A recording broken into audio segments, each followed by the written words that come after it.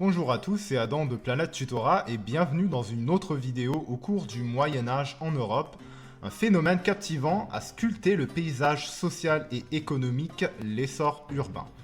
Si le début du Moyen-Âge a été marqué par de violents conflits armés entre royaumes, eh bien, à partir du XIe siècle, une transformation significative a eu lieu, déclenchant la croissance et la création de grandes villes florissantes. Cette vidéo explorera les dynamiques complexes qui ont propulsé l'émergence des cités médiévales, mettant en lumière les facteurs démographiques, économiques et sociaux qui ont façonné ces centres urbains en des nœuds essentiels du commerce, de la culture et de l'innovation. Nous plongerons dans les ruelles pavées de ces cités médiévales, témoins silencieux d'une époque où les artisans, les commerçants et les penseurs ont façonné un nouveau chapitre de l'histoire européenne, jetant les bases de la société moderne. Rejoignez-nous dans ce voyage à travers le temps pour découvrir l'histoire fascinante de l'essor urbain au cœur du Moyen-Âge. Donc, au Moyen-Âge en Europe, l'essor urbain a été marqué par la croissance significative des villes. À partir du XIe siècle, les villes construites autour des châteaux forts, comme l'on se rappelle, sont devenues ce que l'on appelait des bourgs, des centres économiques et culturels. Ce phénomène a conduit à l'émergence d'une nouvelle classe sociale, la bourgeoisie. Dans les zones où une certaine stabilité politique était présente, le climat paisible a favorisé les échanges entre villes et villages. Par stabilité politique, ce que je veux dire, c'est que les royaumes arrêtent de se battre entre eux.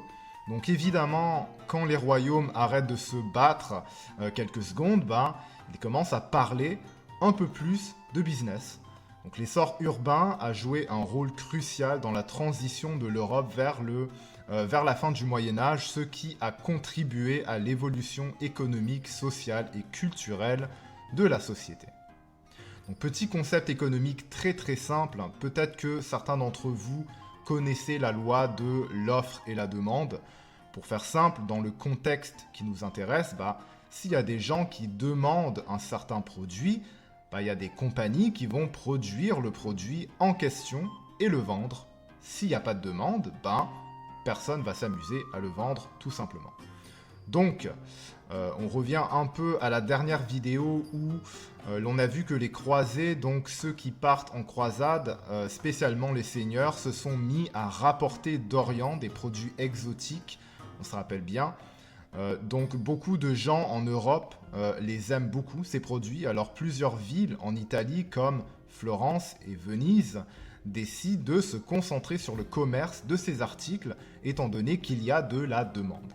Donc les marchés italiens établissent des relations commerciales avec d'autres grandes villes en Europe comme Bruges, Hambourg et Londres.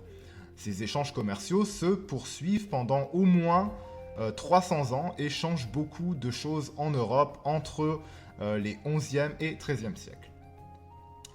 Donc au 14e siècle, l'Europe connaît des difficultés qui freinent son progrès. La peste noire, une maladie mortelle, se propage rapidement, tuant environ un tiers de la population européenne, ce qui est énorme. Cette épidémie se propage par les routes commerciales européennes entre 1346 et 1353. En 1453, la capture de Constantinople par les Turcs perturbe également l'économie européenne, obligeant les Européens à trouver de nouvelles voies pour se rendre en Orient parce que les Turcs bloquaient les routes commerciales. Donc c'est pour ça que les Européens démarrent les grandes expéditions européennes.